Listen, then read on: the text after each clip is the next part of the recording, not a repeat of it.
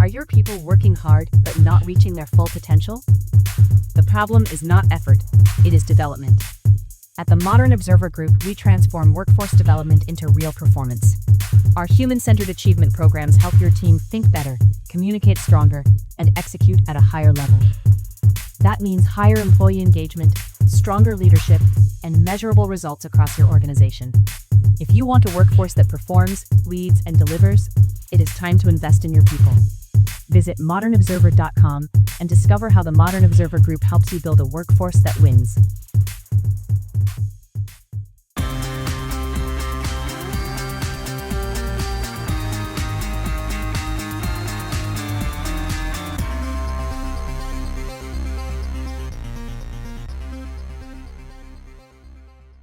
The Iran war escalates. A major earthquake hits Japan.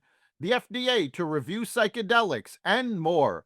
Welcome to the Raw Naked Truth. I'm your host, Eric Lopkin, and here's the news you need to know. Iranian military officials claimed strict control in the Strait of Hormuz on Saturday, just one day after declaring the waterway completely open. Merchant vessels attempting to cross the Strait of Hormuz on Saturday received radio messages from Iran's Navy telling them they were not allowed to pass, while two ships reported being hit by gunfire. The Islamic Revolutionary Guard Corps warned that it would continue to block transit through the strait as long as the U.S. blockade of Iranian ports remained in effect. A U.S. Navy guided missile destroyer fired on and disabled an Iranian-flagged cargo ship in the Gulf of Oman before Marines boarded and seized the vessel, President Donald Trump said Sunday. Trump said that the USS Spruance intercepted the Iranian ship, the Tauska, and gave them fair warning to stop. The seizure is an escalation of the blockade and comes after Iran fired upon commercial vessels attempting to transit the Strait of Hormuz earlier Sunday. The strait is between the Gulf of Oman and the Persian Gulf. A powerful earthquake struck off the northern Japanese coast, and the Japan Meteorological Agency issued a tsunami alert in the region, sending residents to rush over to safer grounds. So far, no major injuries or damages have been reported. The quake, registering a preliminary magnitude of 7.5, occurred off the coast of Sanrico in northern Japan at around 4:53 p.m. local time at a depth of about 10 kilometers or 6 miles, the agency said.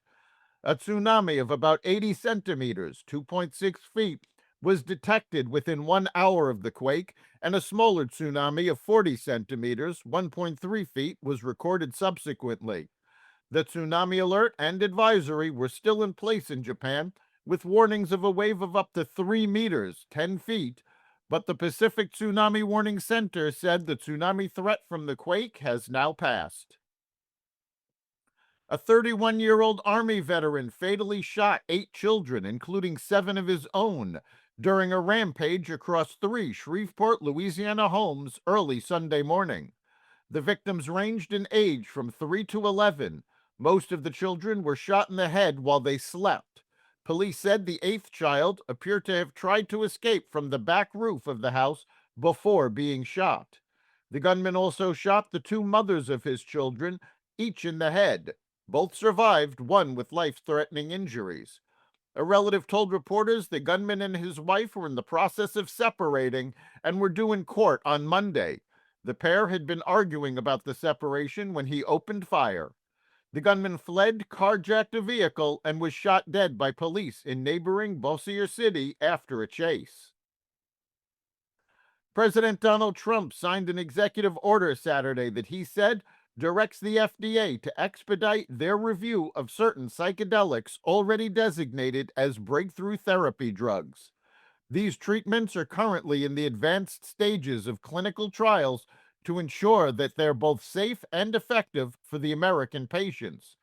The president said the executive order would implement historic reforms to dramatically accelerate access to new medical research and treatment based on psychedelic drugs.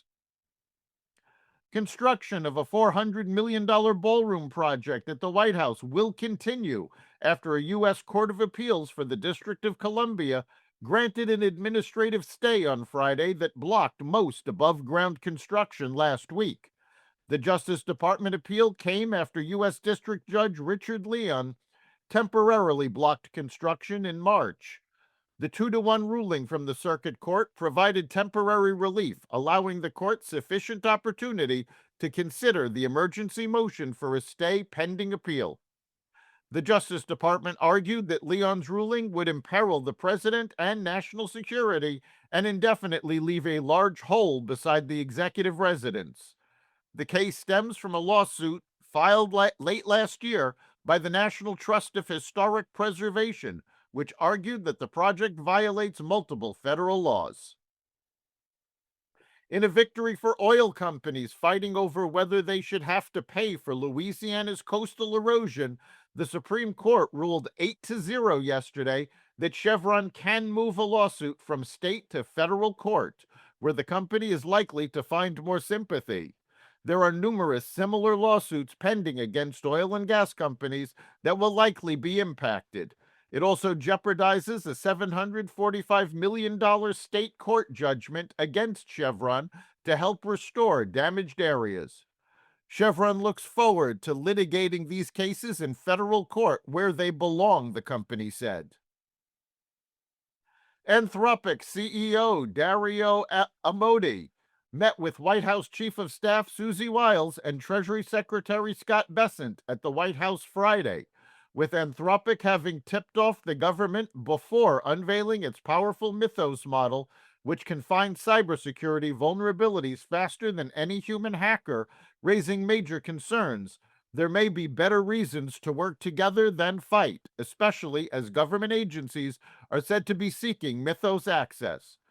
Both the White House and Anthropic called the meeting productive. A federal judge has blocked a $6.2 billion merger of local television giants Nexstar Media Group and rival Tegna until an antitrust lawsuit is resolved. U.S. District Court Chief Judge Troy L. Nunley in Sacramento, California, made the ruling late Friday afternoon, finding that 8 attorneys general and DirecTV were likely to prevail in their legal bid to stop the merger. The attorneys general, all Democrats, and DirecTV contend the merger will lead to higher prices for consumers, stifle local journalism, and that the deal runs afoul of federal laws designed to protect against monopolies. The deal, announced last year and approved by the Federal Communications Commission, would create a company that owns 265 television stations in 44 states and the District of Columbia, most of them local affiliates of one of the big 4 national networks, ABC, CBS, Fox, and NBC. That's the Raw Naked Truth for April 20th, 2026. You can catch every episode of the Raw Naked Truth Daily News Brief, as well as our sister podcast, Carnivore Radio, with news analysis and commentary, and the rest of the Xvadio Podcast Network at xvadio.com, the Apple Podcast app, YouTube, Rumble, Spotify, iHeartRadio, Audible, Amazon Music, and other platforms that respect freedom of speech. We'll see you next time.